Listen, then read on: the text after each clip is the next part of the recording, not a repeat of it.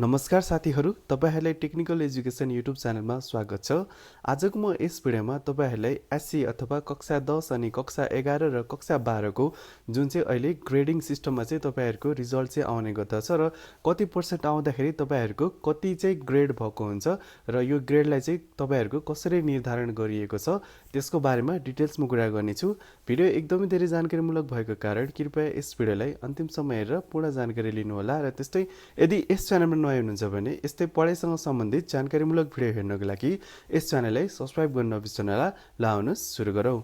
र यहाँ तपाईहरुले देख्न पनि सक्नुहुन्छ लेटर ग्रेडिङ निर्देशिका 2078 मा भएको ग्रेड निर्धारण सम्बन्धी व्यवस्था भनेर चाहिँ यहाँ चाहिँ नोटिस आएको छ र यहाँ चाहिँ तपाईहरुको कति पर्सेन्ट आउँदाखेरि कति चाहिँ ग्रेड हुन्छ त्यसको बारेमा चाहिँ डिटेल्समा इन्फर्मेसन दिएको छ र म तपाईहरुले चाहिँ यसको बारेमा चाहिँ यहाँ चाहिँ बुझाइदिन गइरहेको छु। र यहाँ तपाईहरुले एक नम्बरमा देख्न सक्नुहुन्छ 90 र सो भन्दा माथिको भयो भने चाहिँ तपाईहरुको 4.0 ग्रेड हुन जान्छ र त्यसको चाहिँ तपाईहरुको अक्षरमा उपलब्धि स्तर भनेर चाहिँ यहाँ चाहिँ रहेको छ। तपाईहरुको ए प्लस चाहिँ ग्रेड आएको हुन्छ र उपलब्धि स्तरको व्याख्या चाहिँ तपाईहरुको कसरी चाहिँ त्यसलाई व्याख्या गरिएको छ भन्दाखेरि यसलाई चाहिँ तपाईहरुको सर्वोत्तम अथवा आउटस्ट्यान्डिङ भनेर चाहिँ भनिएको छ। र त्यस्तै दोस्रो नम्बरमा रहेको छ तपाईहरुको 80 र सो भन्दा माथि 90 भन्दा कम ल्याउने विद्यार्थीहरुको चाहिँ तपाईहरुको स्तरकृत अंक अथवा ग्रेड चाहिँ तपाईहरुको 3.6 हुन जानेछ र तपाईहरुको चाहिँ तपाईहरुको यो अक्षरमा उपलब्धि स्तर चाहिँ तपाईहरुको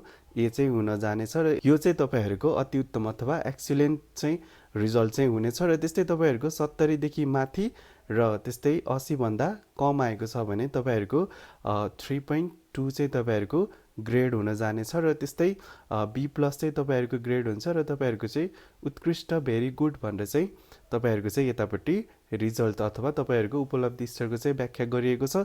र त्यस्तै 60 र सो भन्दा माथि र त्यस्तै 70 भन्दा कम भनेको चाहिँ तपाईहरुको 60 भन्दा चाहिँ माथि र तपाईहरुको 70 भन्दा कम भनेको मतलब तपाईहरुको 69.9 सम्म चाहिँ तपाईहरुको चाहिँ 2.8 चाहिँ तपाईहरुको ग्रेड हुनेछ अथवा 2.8 चाहिँ हुनेछ र यसको चाहिँ तपाईहरुको बी चाहिँ ग्रेड हुन्छ र यो चाहिँ तपाईहरुको उत्तम अथवा गुड चाहिँ भनिएको छ। र त्यस्तै 50 र सो भन्दा माथि तपाईहरुको 50 भन्दा माथि 60 भन्दा कम तपाईहरुको 59.9 सम्म चाहिँ तपाईहरुको 2.4 ग्रेड हुनेछ र त्यस्तै सी प्लस चाहिँ तपाईहरुको ग्रेडको चाहिँ अक्षरमा उपलब्धि स्तर हुनेछ र त्यस्तै यसलाई चाहिँ तपाईहरुको सन्तोषजनक अथवा सेटिस्फ्याक्ट्री भनेर चाहिँ लेभल चाहिँ यसरी छुट्याइदिएको छ। र तपाईहरुको चाहिँ 40 र सो भन्दा माथि 50 भन्दा कम छ भने तपाईहरुको 2 ग्रेड चाहिँ हुनेछ र सी चाहिँ तपाईहरुको हुनेछ र ग्राय भनिएको छ एक्सेप्टेबल भनिएको छ यो चाहिँ तपाईहरुको एक्सेप्ट गर्न मिल्नेसम्मको भयो। र त्यस्तै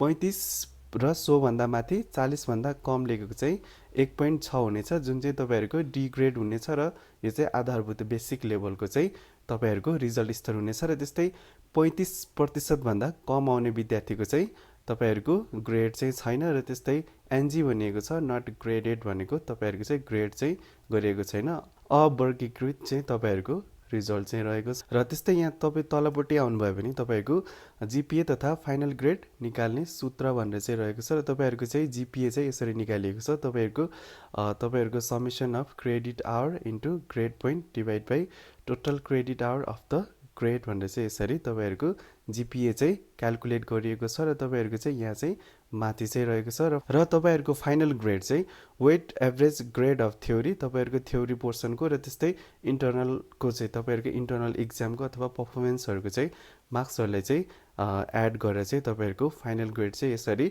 निकालिएको छ र यसरी चाहिँ नेपालमा चाहिँ ग्रेडिङ सिस्टम चाहिँ बनाइएको छ र तपाईहरुको ग्रेडिङ सिस्टम चाहिँ यसरी चाहिँ क्याल्कुलेट गरिएको चाहिँ हुन्छ।